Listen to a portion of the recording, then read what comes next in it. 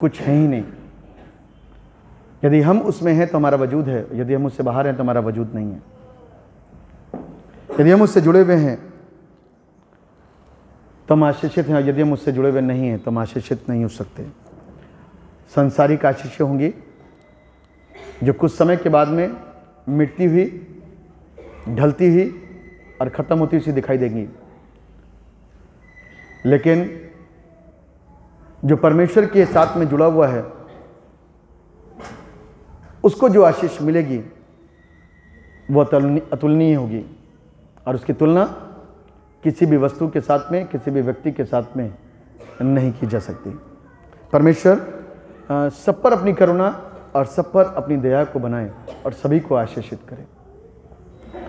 इससे पहले कि हम लोग वचन में आगे बढ़ें, मैं आपके सामने आज का वो रीडिंग को बताना चाहता हूँ जो हमारे बीच में पढ़ी गई थी।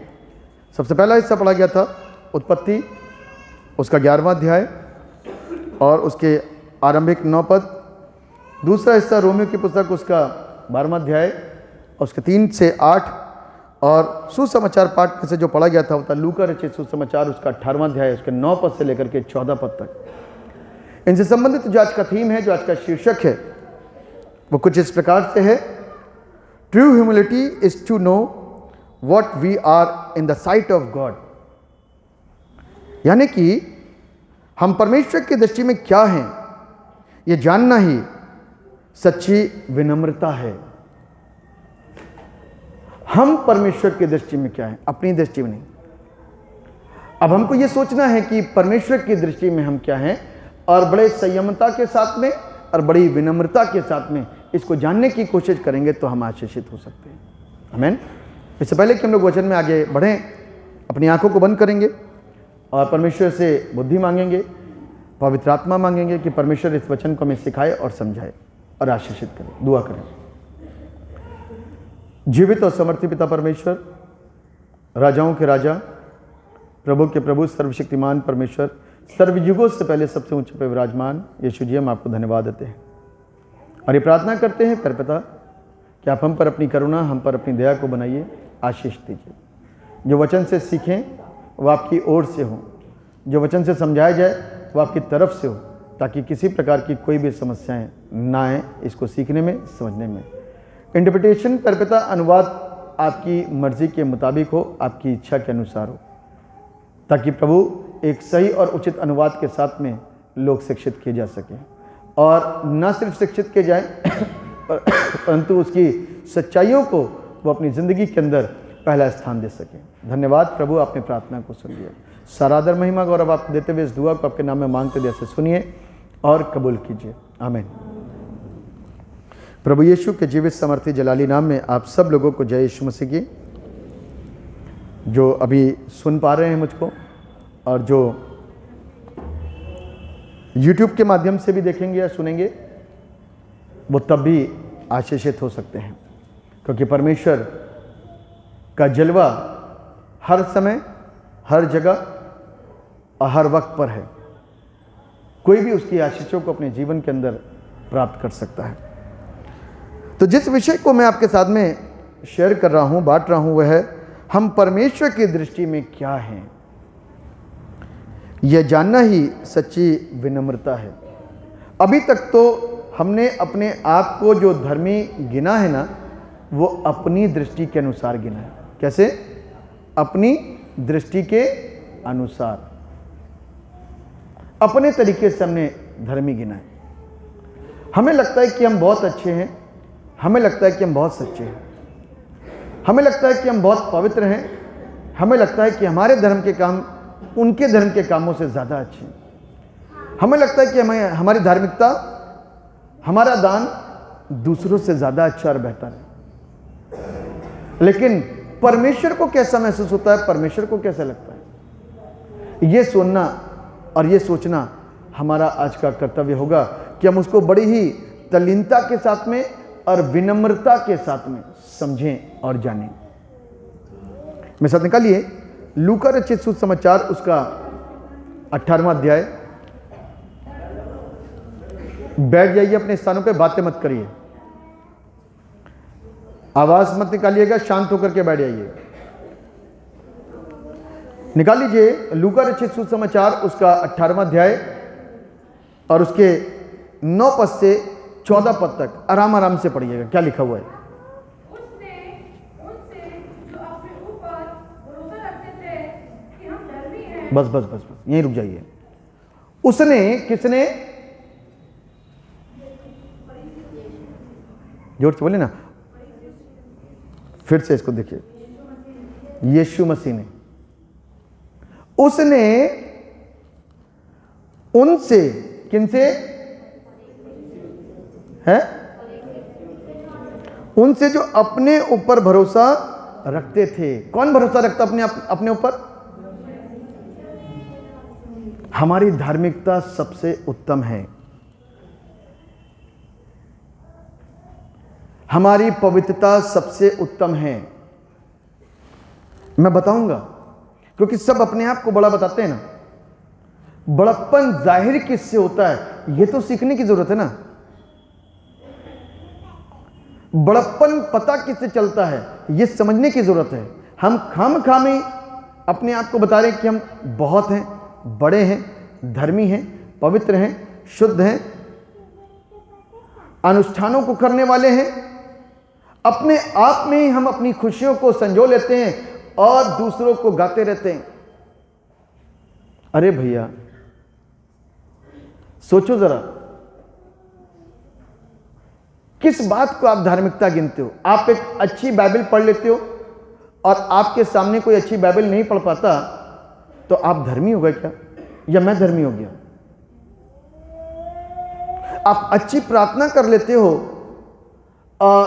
दूसरा थोड़ी कम अच्छी प्रार्थना कर पाता है तो उससे क्या धार्मिकता को काउंट किया जाएगा?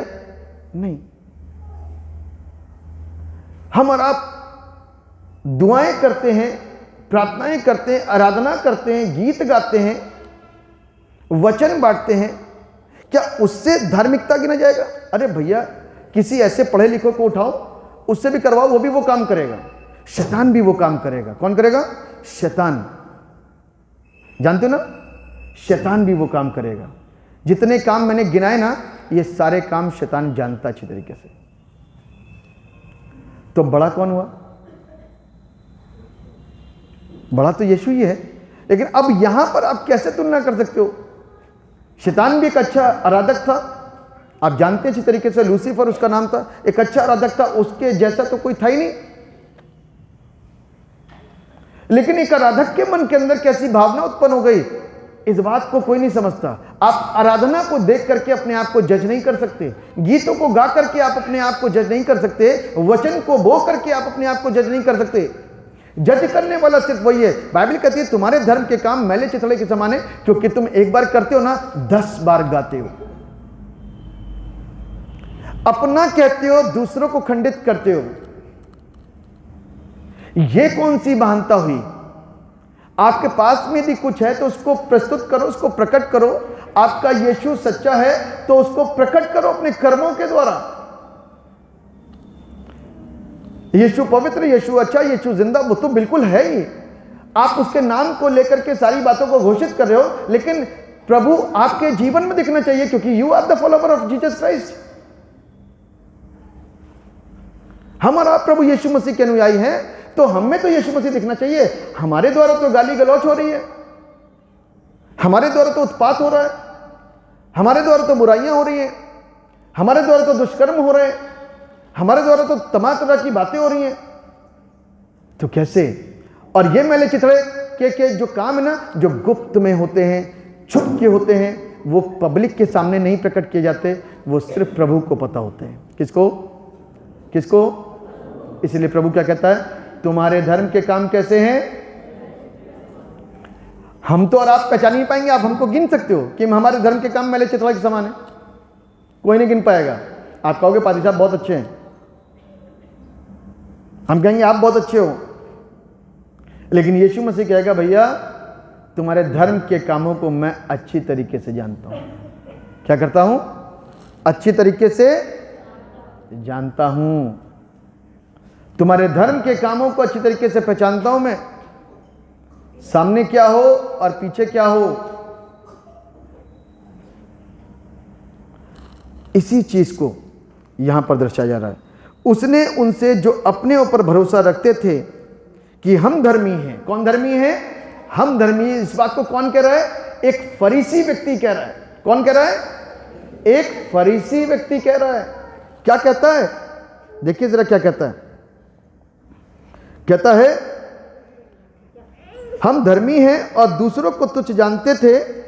यह दृष्टांत कहा, 2 मनुष्य मंदिर में प्रार्थना करने के लिए गए। कितने लोग? आराधना करने के लिए। अब आपके हृदय में क्या है और आपके माथे पर क्या है, ना मुझे मालूम, ना मेरे फरिश्ते को मालूम, हमारे परमेश्वर को मालूम है ना। वो जानता है मुझे और आपको, वो हमको और आपको जानता है ना। हमारी मनसा जानता है, हमारी सोच जानता है। जल्दी से खत्म हो, दुआ कराएं, अपने घर जाएं। जल्दी से फादर से मुलाकात हो, उनसे बातचीत हो और अपने घरों को जाएं प्रार्थना करा करके, है ना। या कुछ लोग देखने आए होता क्या है यहाँ पे, है ना। शांति के साथ में आगे बैठे, शांति के साथ में, शोर मत मचाइएगा। बिल्कुल धीरे धीरे आगे आइए, शोर मत मचाइए। तो हम ना अपने आप को कभी प्रकट कोई करेगा। मैं पिछले हफ्ते भी इस बात का प्रचार कर रहा था। कुछ विषय ऐसा था, तो उस विषय में मैंने आपसे क्या बताया था, इस बात को समझाया, इस बात को सिखाया था कि कोई भी अपना पाप किसी के सामने नहीं बताता। बताता है कोई पाप? जिसने चोरी की वो बताएगा चोरी की मैंने? बताएगा? जिसने खून किया बताएगा? जिसने व्यभिचार किया किसी को बताएगा? कल रात में क्या करके आया बताएगा? वो कौन सा व्यभिचार करके आया बताएगा? कोई नहीं बताएगा। अपने पाप को चुपचाप गुप्त रखता है और उसको एहसास भी नहीं है कि वो पापी है। वो पाप करता जाता है, करता जाता है, करता जाता है। अपने पाप के प्रति जरा सा भी उसके अंदर रियलाइजेशन है ही नहीं, पश्चाताप है ही नहीं। एक बार भी नहीं सोचता कि मैं रोज पाप कर रहा हूं। जिसके जीवन के अंदर पश्चातापी हृदय नहीं है, जो अपने गुनाहों को सोचता भी नहीं कि मैं पाप कर रहा हूं, इसका बुरा, उसका बुरा, इससे बुरा, उससे बुरा, उसके लिए षड्यंत्र, उसके लिए योजना, उसके लिए टोटका, उसके लिए तरह तरह की चीजें, उसको लगता ही नहीं कि मैं पाप कर रहा हूं। मालूम क्यों नहीं लगता है? क्योंकि उसको सच्चाई के विषय में पता ही नहीं है। उसको तो पता है कि ये लाइफ स्टाइल का एक पार्ट है। दूसरों को गिराओ, अपने आप को बढ़ाओ।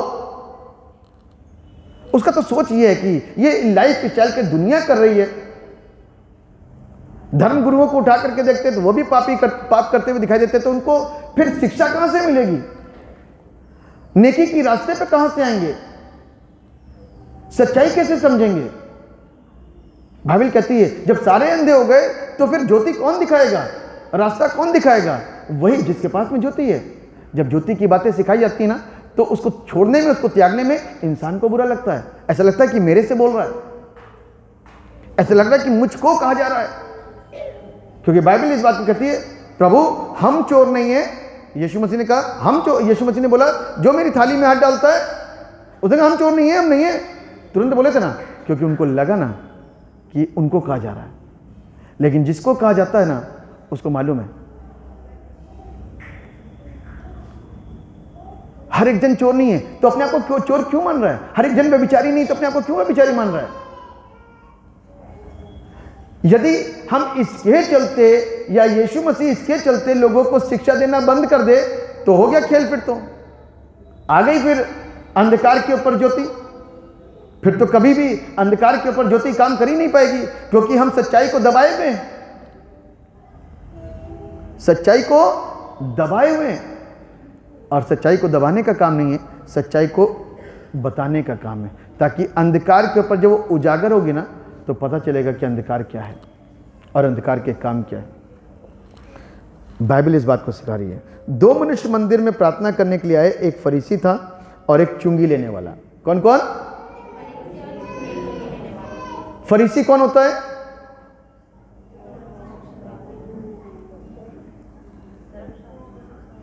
शिक्षक,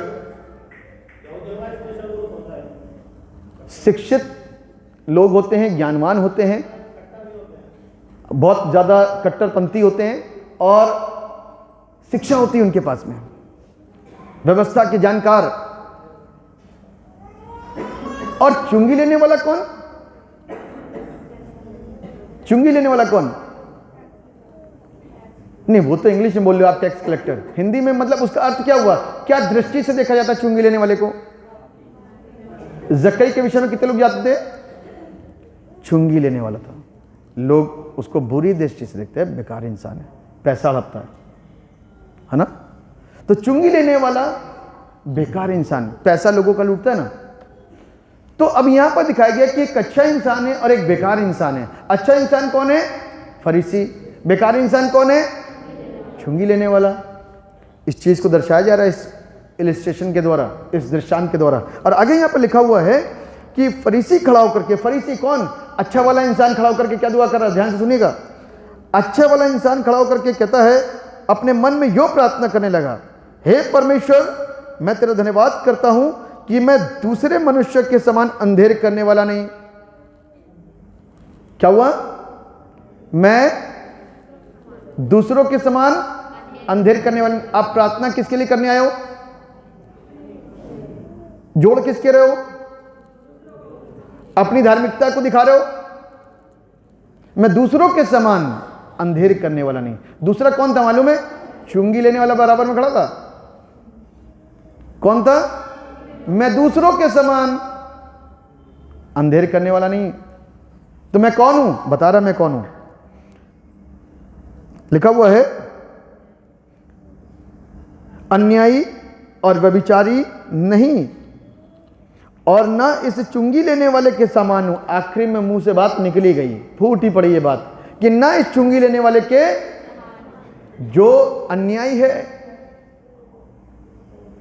इसके समान भी नहीं हूं। तो किसके समान है? बताता है, मैं सप्ताह में 2 बार उपवास सकता हूं। अपनी धार्मिकता को गिना रहा है। क्या कर रहा है? प्रभु एक बार, हेलो प्रभु ध्यान से सुनना, मैं हफ्ते में 2 बार उपवास सकता हूं। यहां तो लोग सिर्फ 40 दिन में, साल में 40 रखते हैं, मैं हफ्ते में 2 रखता हूं। तो कितने हो गए? पूरे साल के कितने हो गए? कितने हफ्ते होते हैं पूरे साल में? तो कितने हो गए? 104 के आसपास। हाँ, 152 का क्या हो गया? 104, 208 नहीं, हफ्ते में 2, हफ्ते में 2, तो 1 महीने में 8 हो गए। नहीं, 52 तो हफ्ते हुए ना। 52 दूनी कितना हो गया? 104। तो 104, ठीक है ना। 104 उपवास रखता हूं मैं।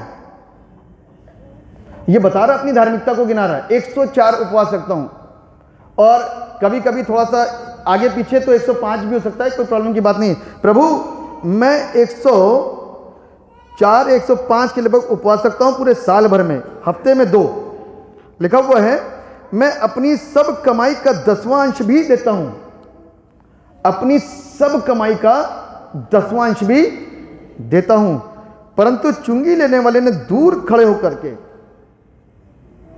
चुंगी लेने वाले ने दूर खड़े होकर के, अब ये नहीं समझ, मैं दूर क्यों खड़ा हुआ? दूर क्यों खड़ा हुआ चुंगी लेने वाला?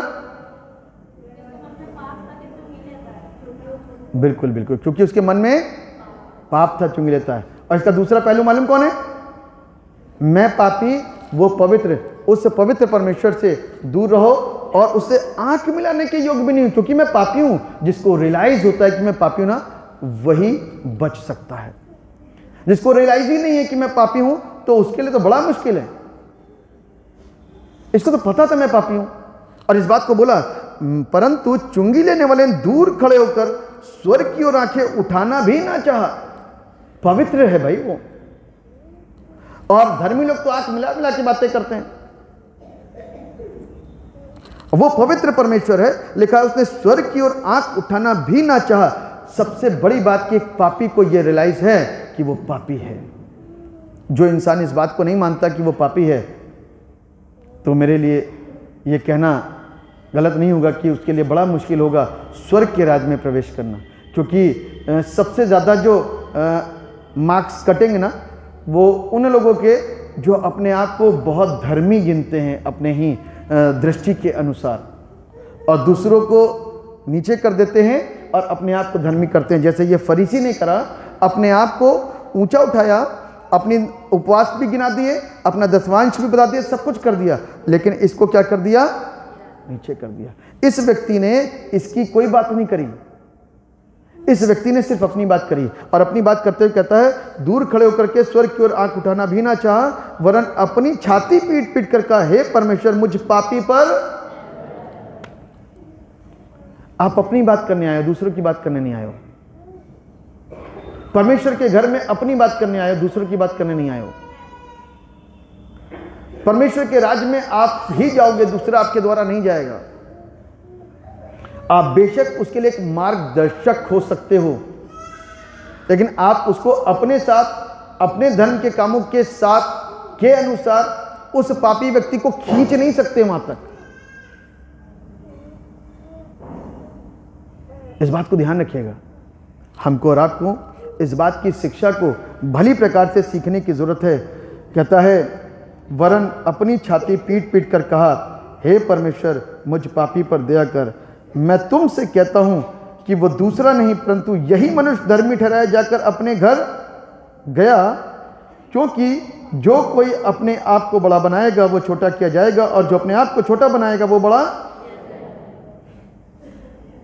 अब दूसरे लोग जब फरीसी की टीम वाले होंगे, टीम बहुत बड़ी होगी, हमारा लीडर, हमारा कैप्टन प्रार्थना कर रहा है जीत के ही आएगा, क्योंकि उनको सबको लगता था कि हमारा कैप्टन तो धर्मी है, पवित्र है, अनुष्ठानों को करता है और बड़ा विश्वासी है, सब कुछ है, दशवांश भी देता, दिखावट वाला जो काम है सारे काम कर रहा है वो, ठीक है ना, सारे काम कर रहा है, लेकिन अंदर से वो गड़बड़ है।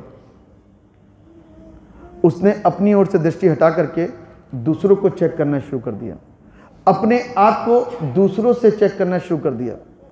और एक पापी व्यक्ति का सिर्फ एक सवाल होता है, मैं पापी हूं, मुझे बचा। मैं पापी हूं, मुझे बचा। याकूब में एक बड़ी खूबसूरत आयत देखिए, मेरे साथ निकालें, याकूब उसका 4 अध्याय, याकूब की पत्री उसका 4 अध्याय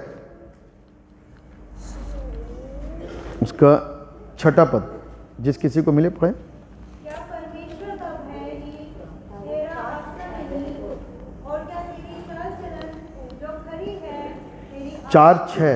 वह तो और भी अनुग्रह देता है, इस कारण यह लिखा है, परमेश्वर अभिमानियों का विरोध करता है और दीनों पर अनुग्रह करता है। किसका विरोध करता है? अभिमानी मतलब घमंडी। परमेश्वर अभिमानियों का विरोध करता। आप देखिए ना, परमेश्वर का काम, उसको गुस्सा आती है उन लोगों के ऊपर, कहता है उसका विरोध करता। विरोध मालूम क्या होता है? रोको इस चीज को, गलत है ये। विरोध किसको बोलते हैं? प्रोटेस्ट करना, विरोध करना। विरोध करता है वो इस बात का। और क्या लिखा आगे? दीनों पर अनुग्रह करता है। उसने अपने आप को दीन किया और परमेश्वर की पवित्रता को पवित्रता समझते हुए, अपने आप को उससे दूर रखते हुए, अपने सर को स्वर्ग तक, आकाश तक झुकाना भी नहीं पसंद करा, और वहीं से कहता है, मुझ पापी पर प्रभु अपनी दया कर। तो जिंदगी भर पाप करने वाला इंसान एक तौबा के माध्यम से, एक सच्चाई को जानने के द्वारा उसने अपने जीवन को बचा लिया।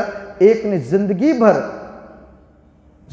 भर वो सेवा करी जो आराधनालय में होकर के होती है, और उसके बाद उसका अंत एक ऐसा पीड़ादायक था कि उसको अस्वीकार किया गया।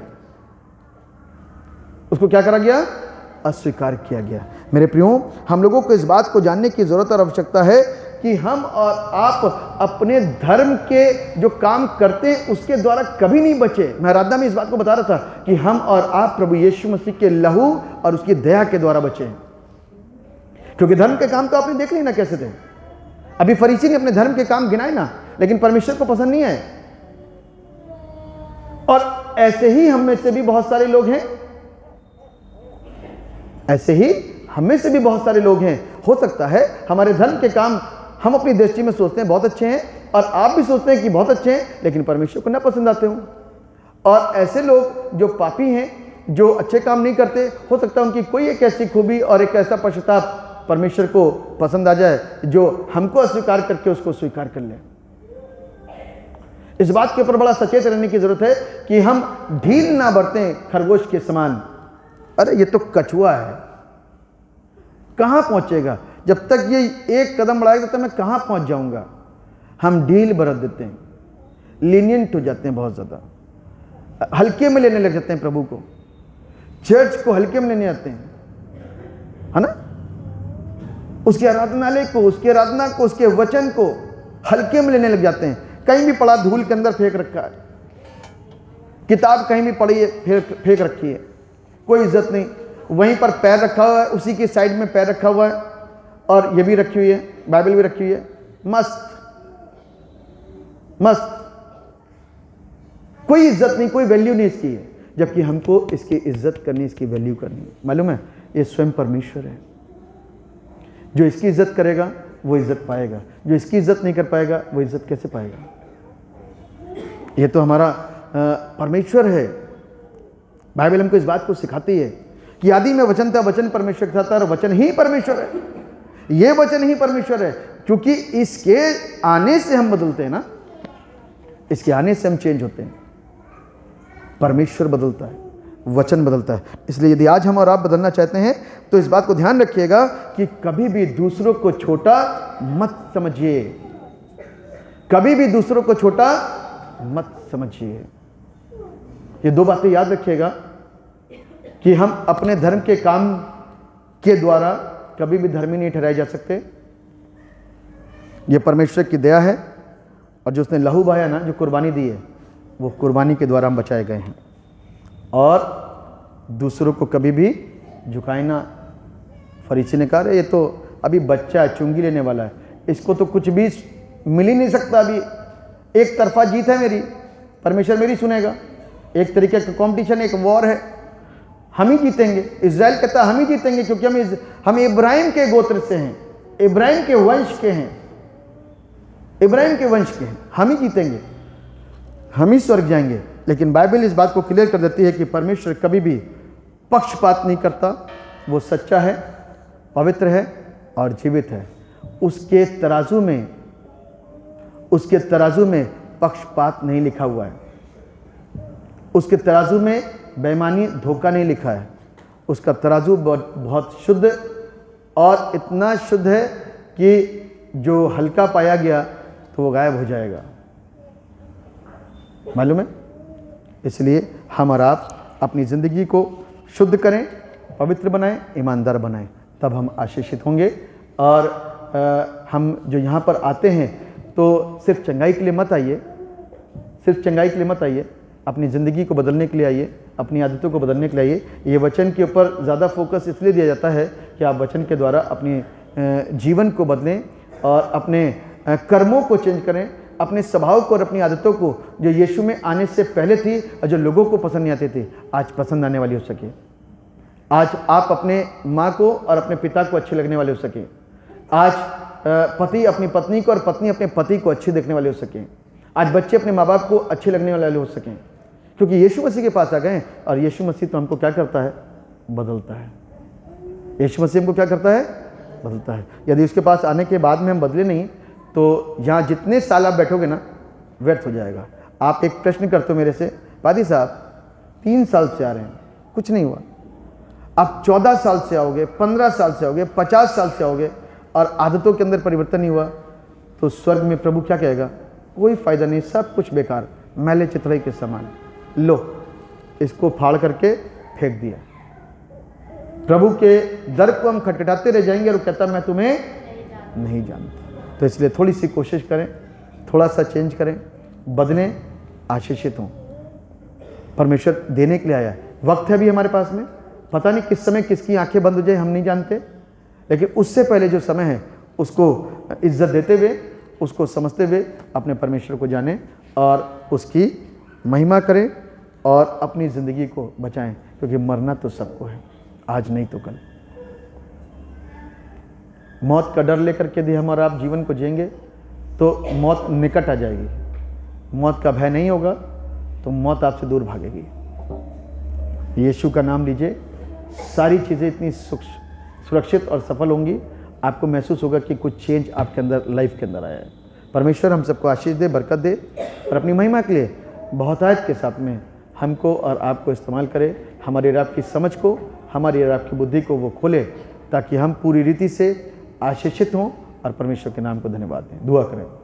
जीवित और समर्थी पिता परमेश्वर, राजाओं के राजा, प्रभु के प्रभु, सर्वशक्तिमान परमेश्वर, सर्वयुगों से पहले सबसे ऊंचे पे विराजमान यीशु राजा, हम आपको कोटि कोटि धन्यवाद देते हैं और ये प्रार्थना करते हैं कि आप हम सब पर अपनी दया को बनाइए और हम सबको आशीष दीजिए। हमारे समस्त पाप, हमारे अपराधों को क्षमा कीजिएगा और हम सबको आशीष दीजिएगा। धन्यवाद हो प्यारे पिता इस बात के लिए कि जो कुछ भी हमने आपसे मांगा आपने सब सुना। और दुआ करते हैं प्यारे पिता परमेश्वर कि हम बचाए जा सकें, हम अपने आप को देखें, अपने आप को जांचें, क्योंकि हमको स्वर्ग जाना है और हमको स्वर्ग जाने के लिए क्या कोशिश करनी पड़ेगी उसके लिए हम तैयारी करें। हम कितने धर्मी दिखें उसकी तैयारी ना करें, हम परमेश्वर की दृष्टि में कैसे हैं उसको समझें, क्योंकि परमेश्वर की दृष्टि में हमारा मूल्य क्या है वो हमको पता चल चुका है। जो अधर्मी था वो बच गया और जो बहुत शुद्ध था, बहुत पवित्र था, बहुत कट्टर था, वो नाश किया गया। पर पिता हम नाश नहीं होना चाहते, हम बचना चाहते हैं। उसके लिए प्रभु हमारी बुद्धि को खोल, हमारी समझ को खोल, ताकि हम सत्य का अनुसरण कर सकें। सारा आदर महिमा गौरव आपको देते हैं। दुआ आपके नाम में मांग लेते, जैसे सुनिए और कबूल कीजिए। आमीन।